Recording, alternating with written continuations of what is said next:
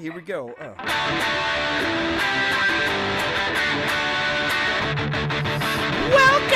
to Watopian Weekly. Welcome to Watopian Weekly. Welcome. We're here to talk about Zwift Life Beyond. Here to talk about what's going on. So welcome to Watopian Weekly. Welcome. Watopian Weekly is a podcast for Zwifters, cyclists, and everyone else. Welcome. My name is Dustin, and we are here to discuss all things Zwift, life, and beyond. And with me, all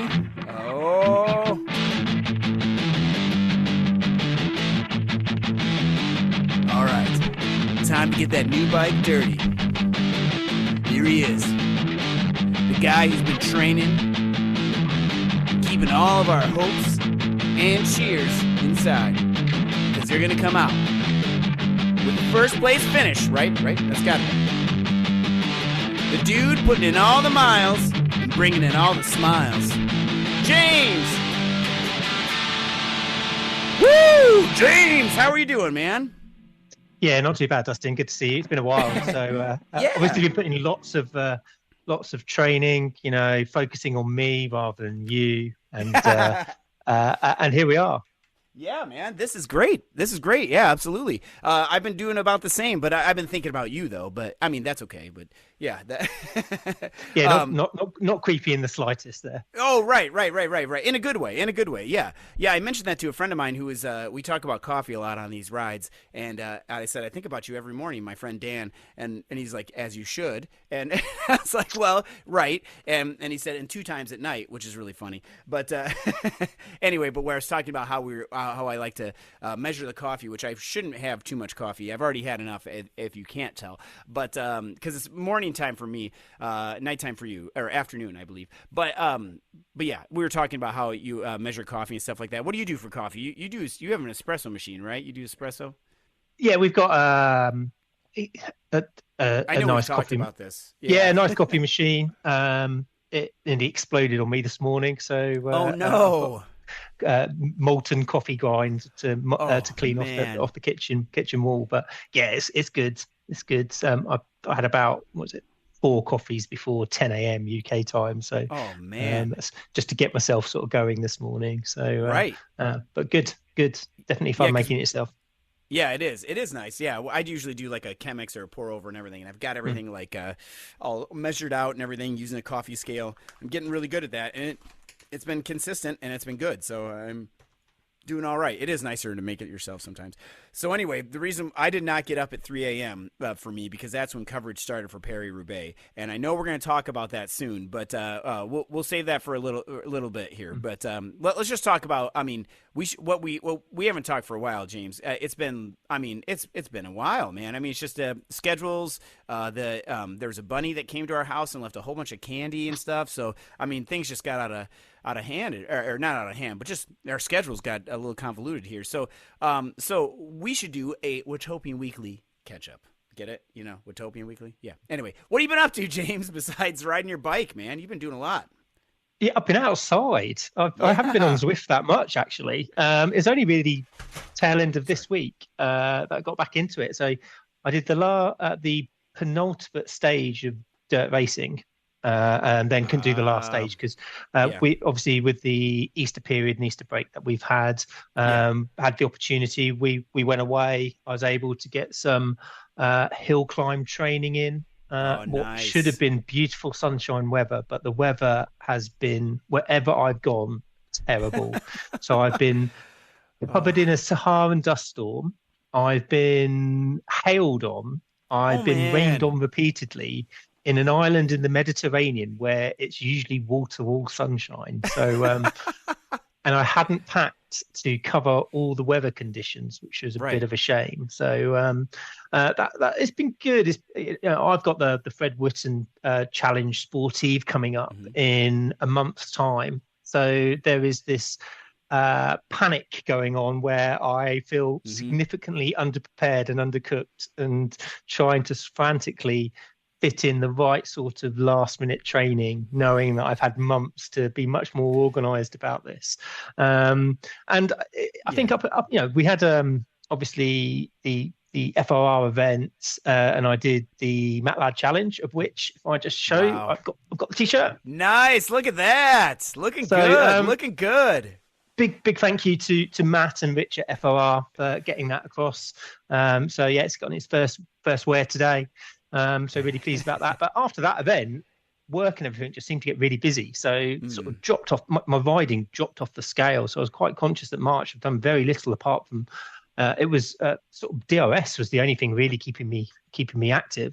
And then I tried to go up a mountain and got washed off it halfway up. So that was a bit of a shame while we were out in Cyprus. So that was Mount Olympus. I was feeling really good. I'd got up to sort of 1,200 meters. So what's that? Nearly 4,000 foot. And then the heavens turned. I had to stop because of the hail. And then it turned into torrential thunderstorms. So if you go on my Strava, you'll see some of the video that I took that isn't quite showing how much of a flood it was, and had to aquaplane down the mountain because I was soaked to the skin, and it was freezing. Yeah, got down the hill, messaged my wife, and she was like, "Oh yeah, we're sitting by the beach in the sunshine. It's like 25 degrees." It's like, well, about what bike did you bring?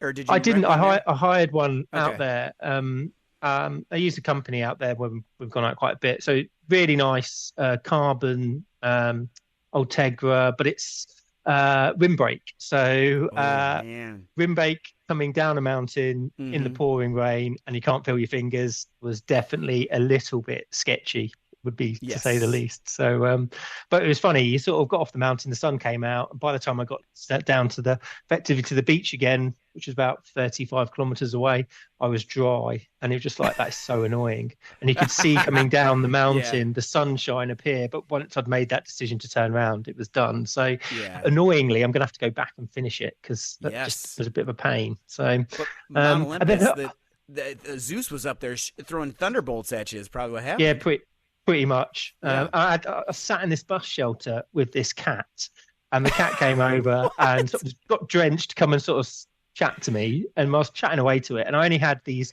what were now very wet wafer biscuits. So I gave him some of my biscuit. I shared some of my fuel, and it just looked at me in disgust and walked off.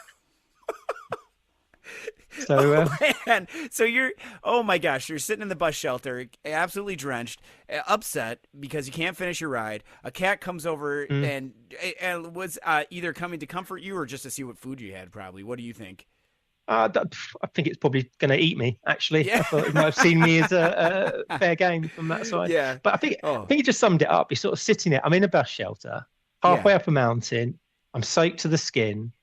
There is a flood of water coming down past me, and I'm like, I can't really, I can find the company I use out there, CWC, are really good. They will come out and pick you up off a mountain. Their support mechanism is really good. And I was like, I don't want to do that. I can get myself down. And but there was a point sitting there, just like, this was just a stupid. I'm on holiday. What am I doing? What am I doing? Soaked to the skin on a bike. This is ridiculous. But it was a shame because it felt good. And the problem was, if I'd have left an hour earlier, I'd have got to the top and got caught on the way downhill. So I can't make my mind up what was good or bad, but it's the highest I've climbed outdoors, so happy with that. The legs felt good, so that's a good sign.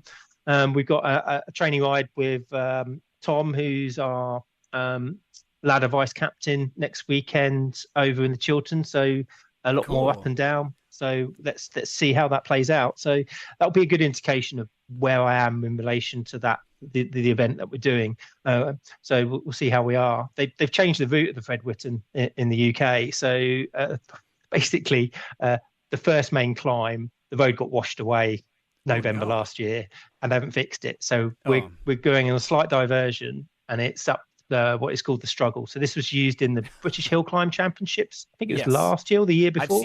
I've seen videos of that. So Andrew Feather won that one. He went up it in 12 minutes or something like that. In 12 minutes. So you could probably do 15 minutes. Dustin, have faith in me. I can do it in under 10 with an electric motor on my bike. So but I think in the first half an hour in that event, I think I'm going to be broken and my legs are going to be sort of absolutely smashed. So we'll see how we go. But there was one positive thing is they've reduced the not 5 miles off the route, which is brilliant, but the elevation is still pretty punchy. So the focus is really sort of just getting the legs ready for that sort of climbing in that event in a month's time. So we're going to have a mix of outdoor rides and sort of a bit of racing on Zwift, which we'll talk about ZRL in a bit. Sort of going from there. To be fair, last 2 weeks is first times this year that I've done more riding outdoors than indoors, which is for me quite impressive. So just need to keep that trend up. How about yourself?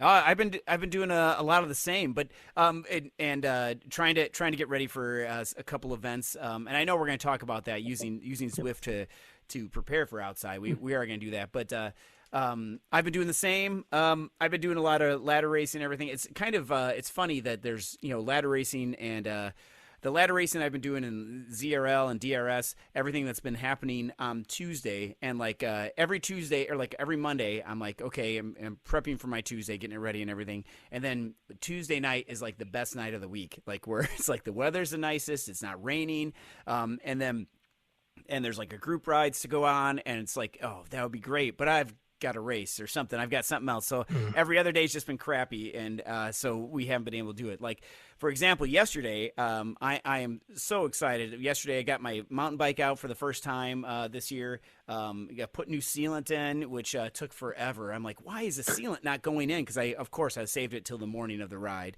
So yesterday morning, I'm trying to get the sealant in the tires, and I'm like this. I'm squeezing the bottle like as strong as I can. It's not going anywhere. And I'm like, what the heck is going on? So then I'm like, oh, it's probably all clogged in the valves, so I had to pull everything apart and jam it down there, and I was able to get it unclogged, and everything flowed after that. But I never know. I use Orange Seal, and we're not sponsored by Orange Seal, but we could be. And it's great. Orange Seal's been fantastic. But one thing, I mean, would it kill them to put maybe it's difficult. I don't know, but to put little like gradations on the bottle, on the side of the bottle, you know what I mean? Like just put like, this is an ounce, this is 2 ounces or something like that. Because I know like for a 29er wheel, 29er tire with 2.4 inches, I need to put 4 ounces in there. So then, and that's about half the bottle of an 8 ounce bottle. And I get that, like that's not so bad, but I had to sit there and I was measuring out. I measured how tall the bottle was, and then I had to use math. I had to use math to figure out like if I pour down this much, it's going to be half, whatever. And like because I also have some other tires I need to fill up. Anyway, I ended up with like 2 to 3 ounces in each one, as far as I can tell. Which it would almost be easier if it was in milliliters, but whatever. Anyway, it probably says that on there. I don't know. I've just got this. The vision of that scene in Die Hard with a Vengeance, where they're trying to work out the measures off the bottles of you doing that. Actually, quite funny. Now that's interesting because I was topping up sealant in a set of wheels yesterday as well. So I'm interested to understand. Yeah. What was your method of getting the sealant in the tires? Is it injecting it, or is it flip the tire off and pour in? So a friend of mine who's has way more sets of tubeless tires than I do. I mean, he buys it by the gallon, right? And so I just had mentioned this to him, and he said that he always injects it into the core and or into the stem and whatever, into the wheel, injecting it. And I'm like, yeah, that's easier. It's less messy. You don't have to, put the tire on, take the tire off and then put it back on and everything. And so that's what I went with this time. But I prefer to take the bead off and pour it in, because then you know how much is going in. But at the same time, it's just easier to just, squeeze it in there. But what do you like to do? Well, I injected for the first time, and I made an absolute mess to the point where I stopped, took the bead off and poured it in from that side. So I can't work out whether I just created an airlock, and I was just squeezing for nothing. But I don't know. It just... on paper, and when I've watched people do it and watched it on YouTube, it looks so smooth and easy. Yes. And to be fair, I could have done a better job by standing about 100 meters away and throwing it at the tire for the mess that I've made of our back garden. Well, so it's the problem with if there is a blockage in there, and then you put the tube over the stem. I'm trying not to be too graphic with my hand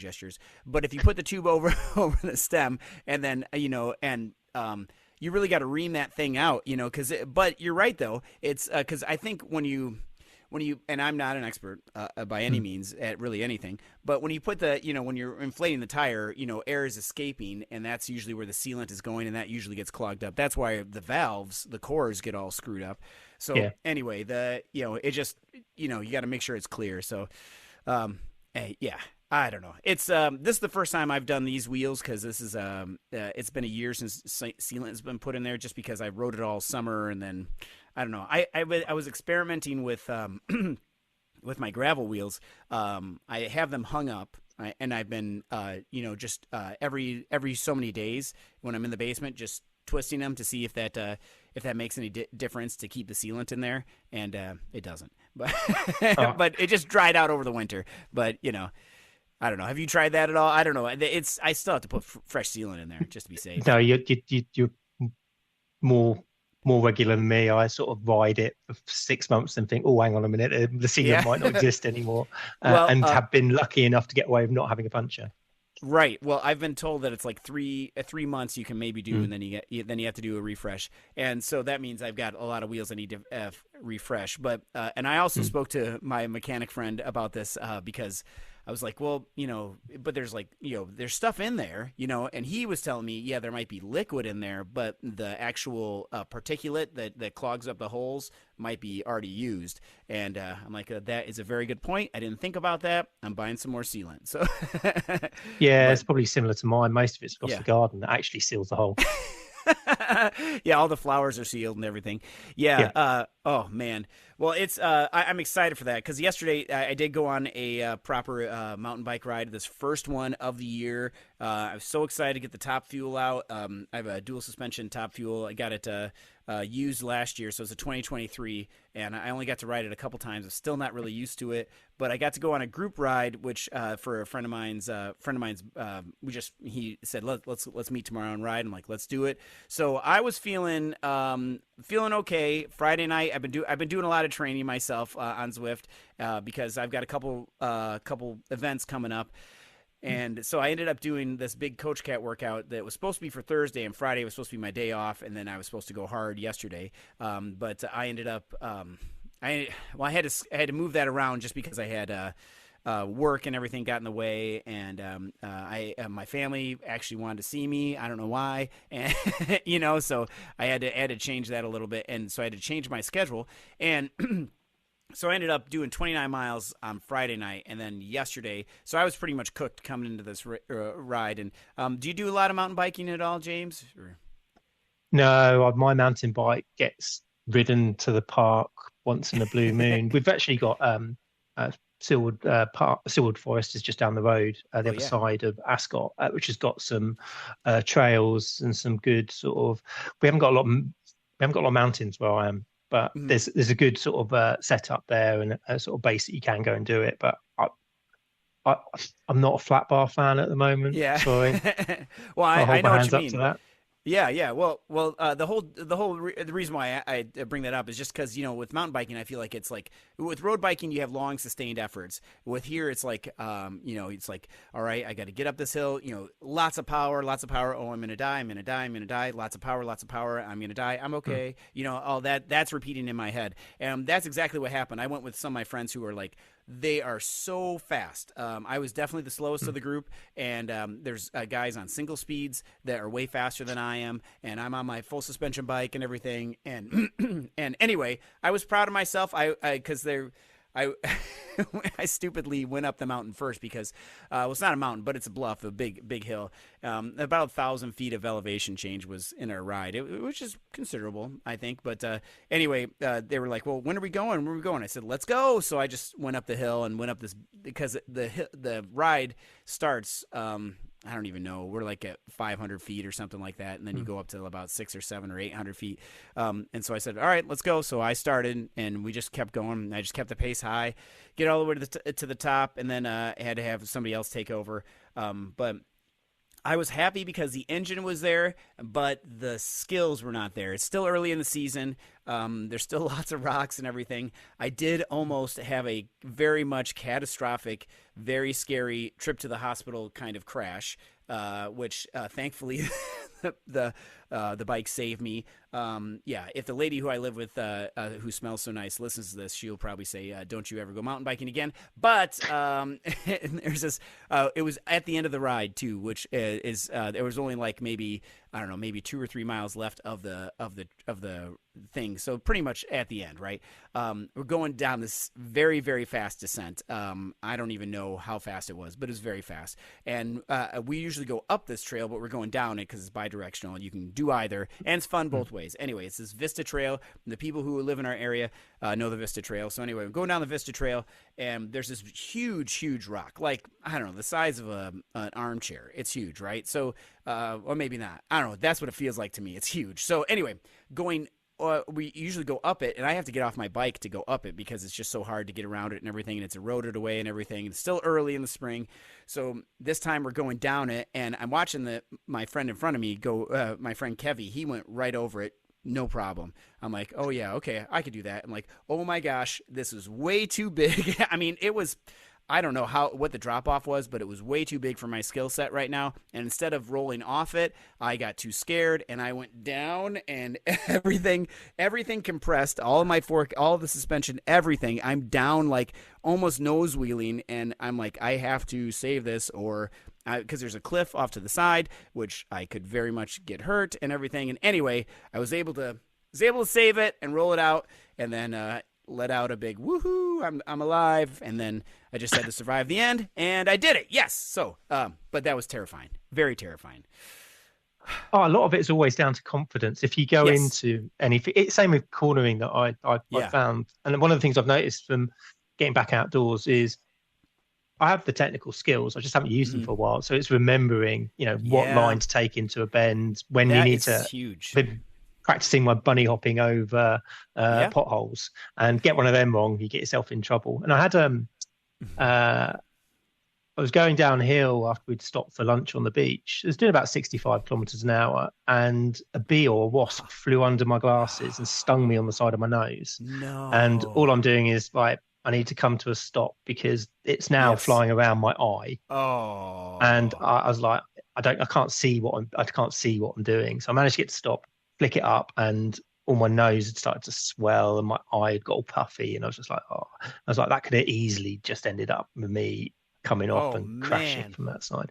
But I think your bit is, especially sort of, is if you don't have the confidence, you're on the back foot already. So well done on saving it. But it's sort of having the belief of how you know what to do. It's just applying it, isn't it? If that makes sense. Right. It was very scary. Well, I'm glad you're okay and you're not allergic to bees, because that could have been really bad.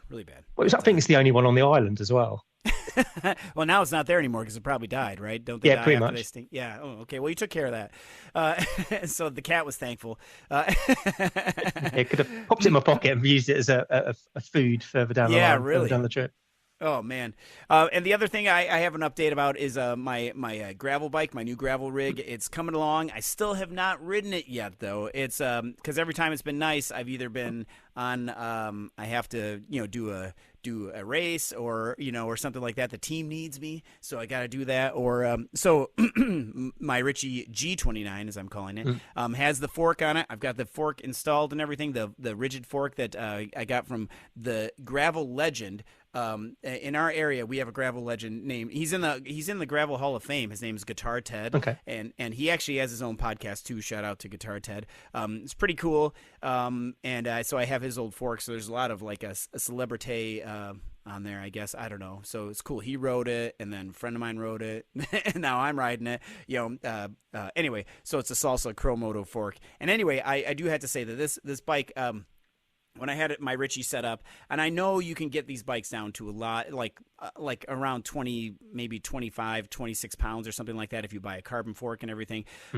When I had my suspension fork on it, it was 29 pounds, which I know is a lot, but that's just how it is. I wasn't going to buy a super expensive fork for that. And then now with this rigid fork on there, I'm down to 26 pounds, which is pretty good, and it's steel. It's everything's steel. Even the fork is steel, so it has an incredible ride quality. I just got to get out and ride it. So anyway, I'm excited for that. So that's cool. All right, we got to move on to our main talking points here. Now, James and I are recording this on Sunday, and we were texting back and forth because we had to finish Paris-Roubaix. that was an incredible race. And I don't want to, spoiler alert, you're going to hear the finish here because I joined, I got up not too early, but I got out and was able to watch the last 40K. But there were mechanicals, lots of mechanicals, geez.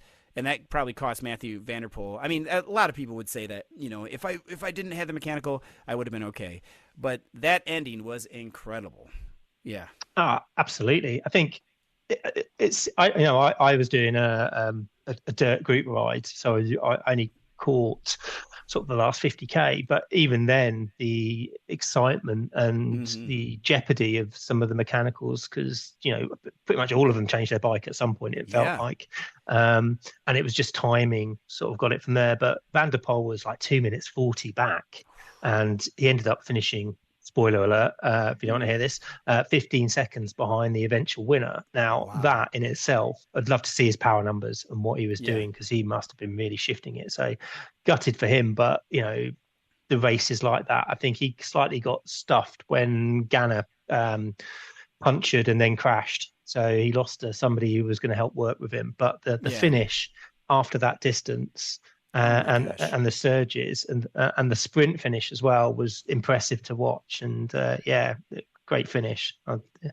it was really a really exciting race to watch. So pleased got to see the last bit of it, because it was touch and go. They only it was it looked like that second group could always get back on, and it kept the two at the front in Pog and Wout honest to the finish, so they couldn't really start finessing and mucking about until they got onto the velodrome. Yeah, and then the other group arrived basically when they finised. I mean, so they were. I think Sturven finished third, and he was only 13 seconds behind them. So they cut that time significantly. And they weren't hanging around, were they? Because they were saying on the commentary that I was listening to, it was the fastest Paris-Roubaix. They were averaging, I think they were saying 49 kilometers an hour for the race, which is ridiculous. Wow. Yeah, for sort of fast. 5 hours of racing, it's crazy. So this and the fact that Wout was able to outsprint Tadej Pogacar, whatever, at the end was incredible. After like you said, after 5 hours of racing. But I got to say, I have a little bit of that in me, because we did some ladder racing. I forgot to mention this. And a shout out to the Rhinos.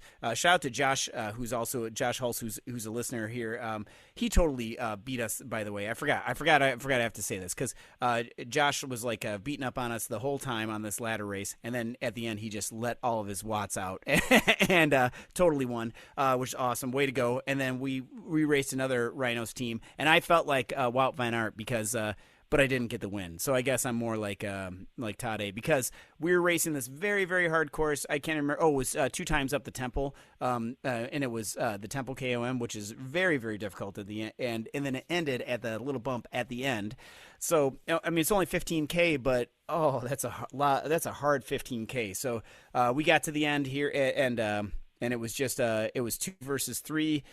And the other team went for it, and I dropped all my watts just like Wout van Aert, and I got half a bike length and got second. So shout out to Rhinos this week for racing us there. So and now I know a little bit of what it feels like to almost win, but coming in second. So anyway, Pogacar, I feel you. Exactly the same. So, but his power numbers would probably be my max of. I think it was maybe 205 is probably his wake up watts, anyway, but anyway, I'm excited that we got to see that, and I got to finish that. So, and the women's race is going on right now. I'll have to catch that in a second here too. I don't know if you have yours on in the side, but don't no spoilers, but yeah. Yeah, no, I'll save that and watch that back later. Same. But yeah, no, I say if it's anywhere near like the men's, which I think it will be, because I think it's going to be, unless it's something that has happened, I think it's going to be a close race. So looking forward to seeing that. Goodness. Yeah, this is one of my favorite races of all time, I think, the Paris-Roubaix. It's just, there's so much drama, so many things that can happen. And speaking of Paris-Roubaix. There's a lot in the United States. We have these things called Berry-Roubaix or Dairy-Roubaix, and our friend Josh is not here because he's picking up his packet and everything because he has a big race a week from today. His Berry-Roubaix big race. So we're hoping that he's going to do well and everything. And he's been training a lot. He spent last week all at altitude, which I'm not sure how that works in another week, but but either way. So good luck for him and to everybody racing for that. Which we should actually talk about. Why don't we rearrange this a little bit? Let's talk about training, how we've been training and everything, and using Zwift to train outside. Because I know you've been doing that a lot. I've been doing that a lot. So has Josh. So do a lot of people. And I think there's a great big benefit to that. First off, you stay dry. And which is incredible because the way it's been raining here lately and everything, it's just it's so much better to just go down in the basement, ride. You get all your power targets and everything pretty easily. So now, James, when you're riding or when you're doing a training ride on Zwift, are you doing using erg or are you just going free and watching your watts? What are you doing? If I'm doing a proper structured training session, I'll use erg mode just to sort of keep within that because I'm working to an event. But say the ones last week, this week have all been either just endurance or more time based, if that makes sense, just to get some saddle time is a big deal. and just get the legs moving from that side. So next week is probably a bit more structured, which I will use erg mode. And I think it's that balance between those indoor sessions that are looking at power numbers or targets and then balancing that with outdoor riding just to finesse the skill because indoors great, especially if you're time crunched. And also you can just do the session without having to worry about other road users, traffic lights, potholes, as we've talked about. And I think it works because I have found, and other events that I've done is it does translate, the effort translates, which I think is good. However, you do need to get outside because there are other factors that you need to take into account, like hail, like headwinds, like punches, and things like that, which you don't necessarily you don't experience on Zwift, and you do need to take them into account. Yeah, and one of the things that I always forget about that is just the art of drafting, which I'm pretty good at sucking wheels on Zwift, I think, and I need to get better at it in real life. And it's like getting so close, and everything, and feeling that buffeting of air. I don't know. I feel like that's when I'm in the draft. Like I feel that when I'm outside. And I've only been doing a couple of rides lately outside, and I've done like maybe two proper group rides outside on my road bike, which I've been really happy about too. And those guys have all been fast, but then I've also felt a little good because I haven't been the last one up the hill, which has been nice. Usually that's the thing. I'm usually the last one up there. We've got nothing but hills here where I live in the beautiful southeast Minnesota corner of Houston County. But this time I've been one of the first ones up there, and I've been fine. And that is kind of a weird thing to go from people waiting for me to waiting for other people, which I hope that translates. But by the end of the summer, we have these EMAG rides that are super fast, and these early rides. And anyway, they are. I hope to not be last up there too. But yeah. Well, it sounds like you've had a good start. I think the two things I've noticed is, obviously, you have to concentrate more. But the biggest thing I've seen, especially the last 2 weeks of riding a lot more outside, is just my neck, because I'm having to look up a little bit more. I'm not head down because right. And that's just getting back into the swing of things more than anything else. But it sounds like with what you're doing, if you're seeing that early from your previous years, you're hopeful that you can build on it, and it sounds like you're in a good position. So it's definitely that translatable. It's not like for like. It's not the same, but your legs are there. You know what you can and can't do. You know what it feels like, and you can translate that to outdoors. Or at least I feel I can. If that makes sense. It'd be interesting to see what the listeners and viewers think of it, and they can throw that back at us in comments and in chat as well. Yeah, I definitely my we were talking about our ability earlier, and the faith in my ability has definitely increased because I know that I can after doing these, shout out to Coach Cat, but after doing these Fast Cat and Coach Cat trainings, I can definitely feel myself that at the end of a race or at the end of a ride, I still have enough. I can do it. Before, it would be like I would do a mountain bike ride, just a regular ride, a Friday night ride, and be like, you know what, I am done for the weekend. I'm getting a large pizza and a 6-pack of beer, and I'm just gonna relax for the rest of the night. And maybe get 2 pizzas, but because oh man, I don't. Do they have Little Caesars there? They probably don't have Little Caesars there, do they? No. No, not no. Okay, not a band where we might have, but I'm not aware of them. If I'm aware of supposedly Little Caesars is Detroit style pizza, but either way, it doesn't matter. It's so good and it's like so cheap. It's like it used to be $5 for a whole large pizza, and you could just like and where I would mountain bike, you go do the mountain bike ride, and then on the way home there's Little Caesars. So I'm just gonna go, and I know there's gonna be people that are gonna say to us that that's not real pizza, which it probably isn't, but it's so good. Oh my gosh! And for $5, you cannot beat that. You can't buy too much for $5 anymore. So anyway, I missed that. Where are we going? I'm hungry for pizza. Okay. Anyway, but I definitely have the faith in my ability of that, and I've been really excited for that, and especially with some of these races too, doing the finishing and everything too, because I'm worried about that. I always worry about the about what I can do at the end, and now I haven't thought about that for months because I usually, even when I'm outside riding with other people, I'm like, I always have to save some for the end. There's still, 60 miles left or whatever. I still got to save something for the end, but now I can do it. So just go until I can't. And anyway, I've got a cell phone. Someone can come pick me up. Yeah. Right. Yeah. Well, just make sure you reach downhill on the last 60K. Then there you go. There you go. So before I forget, how's the new bike been doing, man? You haven't talked much about that. Have you gotten enough Ks on those or? Yeah, everything outdoor in the UK I've done. So I was going to message you actually. When I came back, when we flew back in, I rode back home. So it was about I think it's about 80 or 90 kilometers that I did. But I made sure I went into the Surrey Hills and I did Leaf Hill. So again, if you go on the Strava, there's a picture of Leaf Hill, which on Zwift is harder. Yes, trust me. It's a bit. The bigger challenge you have in real life is just the debris in the road that you don't puncture, if that makes sense. But it does get a bit punchy in places. So that was quite cool coming up that way, because you're riding up and you see the building and the wall, and you're like, yeah, I hate that. That just tells me it's going to get up into double digits, and I'm going to be blowing out my bum for a little while from there. But no, it's good. I had a little. The week before was the first time I took it out, and I went for a spin in the park, in Windsor Park, and yeah, it is rapid. I'll put some some sprint efforts in on it a bit later in the year, but yeah, it is a quick bike, so it's a different beast. So I'm looking forward to throwing it up a proper hill next weekend, and I'll let you know how it goes on. I'm currently sporting 38mm slicks on it, so proper wide bad boys tires. That's awesome. Side. And then not necessarily the most aero benefit ones. It's okay. You need that. You need that for the potholes and everything. You know what I mean? Yeah, you definitely do. And then what about for now the event you're doing? Are you going to stay with people, or are you just going to say see you at the end?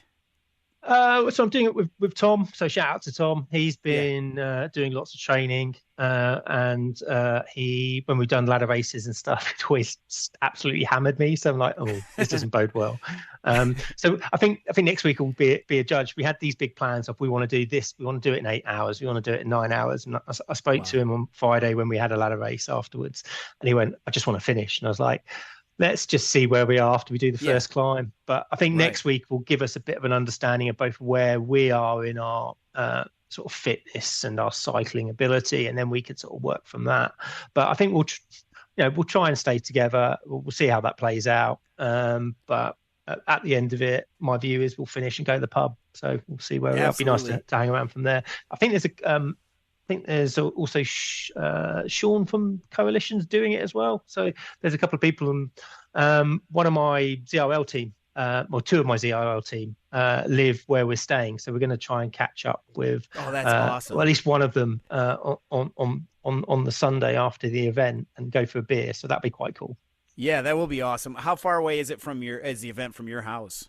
Oh, it's the other end of the country. So in relation to distances for you, it's like next door, if that makes sense. It's it's in the Lake District, and I'm down south. So I'm trying to think what that is. How many hours is that?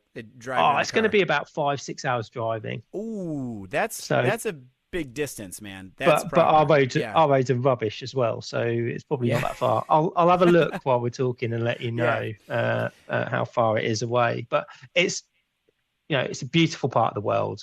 The event it's hard, but its scenery is iconic. So it's going to be fun. It's going to be hard.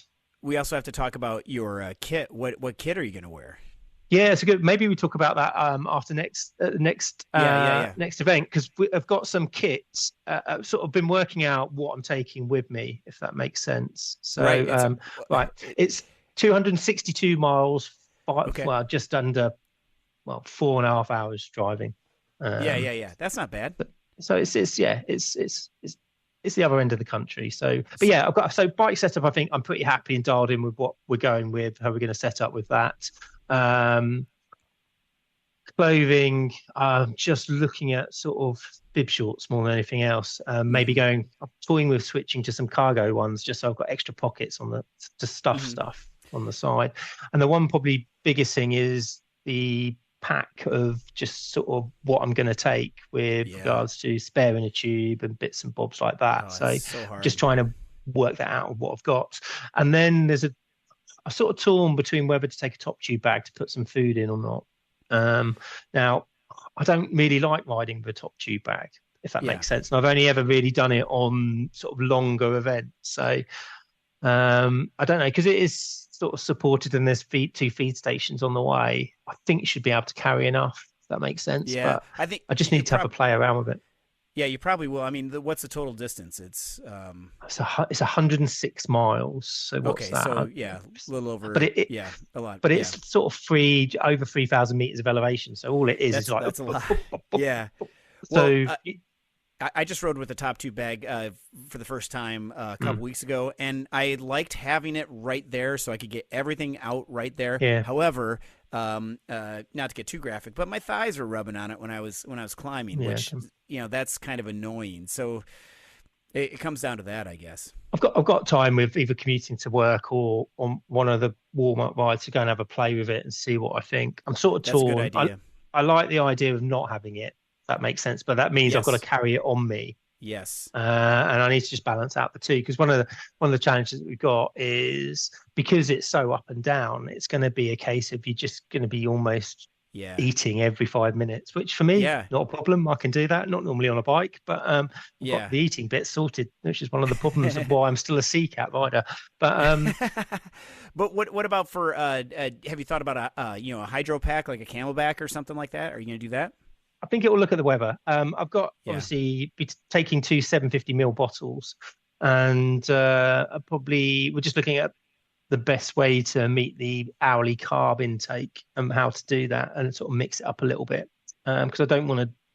I will take a couple of gels, but I don't want to rely on gels exclusively, and just sort of mixing it up from there. So just trying different foods that I would just fill myself up with chocolate, but that's all going to melt. So you've got to try and mix up. And also, you've got to try and mix up the texture and the savoury and the sweet. Otherwise, you just get to a point where it's just not very nice. So can you imagine a bit of reaching in your back pocket and just coming out with your fingers just covered in chocolate? You're just yes. I think I've done it. Actually, I've done it. I think it's bad enough because I do like Haribo and Tang Fantastics, but even after an hour of sweating in your back pocket, you pull out this gooey sort of gummy mess. So there's definitely some more thought that needs to be going into the nutrition part, and also practicing nibbling and eating while riding. One-handed and no-handed and stuff like that, which just don't do enough. So you just need to practice a bit more.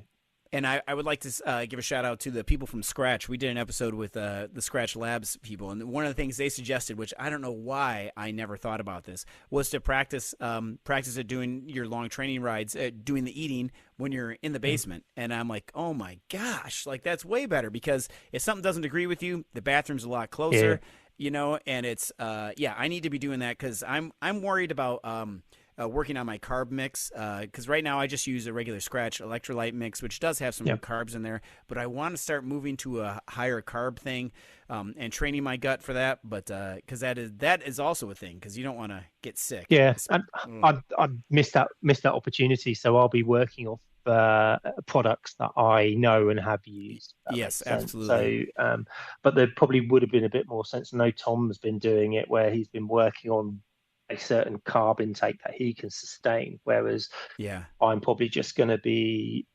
drinking coffee and eating all sorts of garbage that I find along the route. Yeah, that'll get me through. We did a really big big ride last year that I was oh man, we stopped at my favorite bakery, which is the Caledonia Bakery. I'm giving them a shout out. They're amazing, the best bakery in Minnesota. Come at me if you think it's not. You gotta go. It's so good. Anyway, so I remember I got an apple fritter and a cherry blossom. They are so good. Anyway, I ate them both with no problem, and then I was regretting it about 10 minutes later on the bike. But it's like I got to train myself to get better at that. Eat more donuts. Well, I can do that. Yeah, yeah. You can get the ones with holes in it that you can push them on the edge of your bar ends and just have them there. Yes. With my new fork on my gravel bike, there's I haven't cut it yet, so there's a lot of again, try not to be too graphic with the hand gestures, but I could put a donut on top there and just nibble down on it and then break a tooth. Ooh, that would be bad. Okay.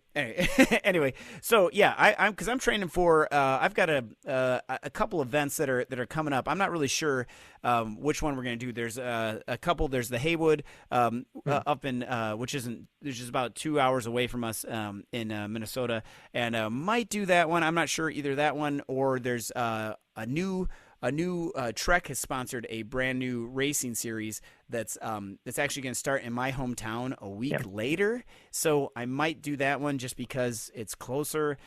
But I'm training for the one on May 16th, so I don't know if I'm going to do the May 16th or May 23rd. I don't know. They're only a week apart, so I might be able to do both. It just depends on family time and everything like that. You got to balance it all because, the lady I live with and who smells so nice, and my daughter, they're fantastic and very supportive and willing to let me go out for hours, which is super, super nice. I'm very, very lucky. Let's see, what else can I say about my wife? She's way smarter than I am, way better looking than I am, and she smells way better than I do. So there's that. And but anyway, so I'm super, super thankful for that. We need to, besides all of this, and this is going to be great, but we need to talk about what's happening this week, because ZRL is coming up, and it's the Classic. And I can't thank the developers enough for giving us more and more kilometers and miles to choose from. Because can you imagine what the OGs did on this? This was the only route they had, either forwards or backwards, for a long time. We're going to do it. In B, we're doing it 6 times. How many times is C doing it? Oh, only 4. Yeah, only 4. Right. 4 for the listeners. So I did point that out to my team, who were like, "Oh, this is going to be a nightmare." I said, "At least you're not doing it 6 times, guys." And one said, "Well, it could be once." And I was like, "But then there'd be like a tiny race, and it would just be off the bat, super fast." And he went, "Oh yeah, 4 times is all right." Yeah, I'm a little worried about that because I could see that happening, and there's the FTS and FALs and everything. I really think FAL is probably where it's at. FTS is probably just FTS is a bonus if you pick it up from there. My frustration, it's going to be a full-on race. The challenge for me, being a military medium sprinter, is you're going to have to absolutely nail it on the Jarvis KOM. Otherwise, because FAL is so important, right, that the sprint's going to be slightly irrelevant. Because if you're if you get dropped off the back, you're playing for minor places. So it just becomes half the lap is just effectively a full gas effort to keep yourself up there, is my thinking on it. And I sort of taken the view of potentially, it'll scare a few people and potentially you'll disagree, but I'd be prepared to redline myself on that first climb to make sure I'm near that front group and then just see what happens. No, I think that's actually a good strategy. I was thinking the same thing, but I'm in the B development team, and I am the low part of that. So I'm going to go for it. I'm I have to, but I don't feel like I'm going to be too competitive. But I got to be there for the team. I was really hoping that because Josh and I race on the same squad, I was really hoping he was going to be back. But he's on the tapering week, not regeneration week. Yeah, the tapering week. So he's not even. I was hoping to convince him that he needs one more big effort so he can take my spot, but he doesn't want to. So yeah, I was hoping we would have a full squad and I could just sit back with a beer and DS, but with one light, so I'm having to dip in. And I obviously missed the team time trial, so I'm not quite. I'm going to have a look at the rest of the teams that we've got up against and see where we are and actually who to watch out for. But it's how many times you're doing it, it's going to be brutal. It's going to be rough. And. I have to give a shout out to our team, the Epiphany Coalition Epiphany. We had the best time trial that we've ever had the last week, and I know we should have talked about that too. But it was great communication, big polls and everything. I did at the end. I was not one of the 4 that was supposed to cross the line, and that was fine. We had that all decided because it was myself and Tim on my team. We were gonna do big polls at the end to get us to the end, and so it came down to we were doing a minute polls and about 305 watts for me, which is a lot considering my sprint is only 205. So anyway, so that for a minute and. Going for it. We're rotating everything really well through, and then we got towards before the KOM. It was decided, and shout out to Smashley on our team because she was the only one who could think clearly. I mean, I was at the red line. I didn't know what the heck was going on, and I'm the captain of the team. Whatever.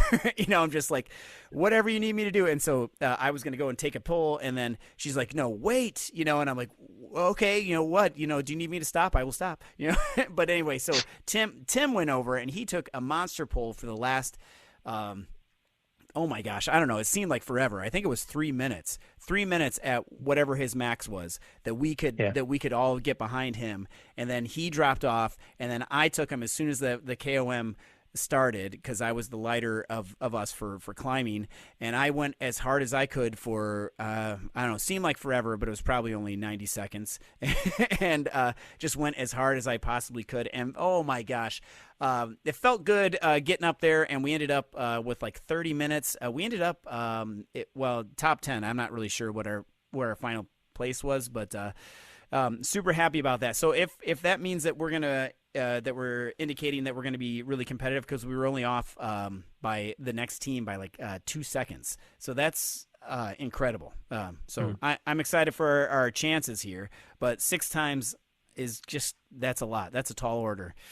I'm not sure. Yeah, and it'd be interesting to see how it splits up in all the races. So we'll go and have a nosy at some of the earlier APAC streams just to see how the race plays out and what people get up to. But yeah, it's gonna be exciting. I say, big shout out to Distortion who raced without me and did a really, really good job. It was really close. So there was only I think about 15, 16 seconds between first and sort of fifth, and they finished fourth. So they did a really, really good job. So chapeau to them. And I'll just reduce and ruin their point scoring on Tuesday, and then they can send me on holiday again.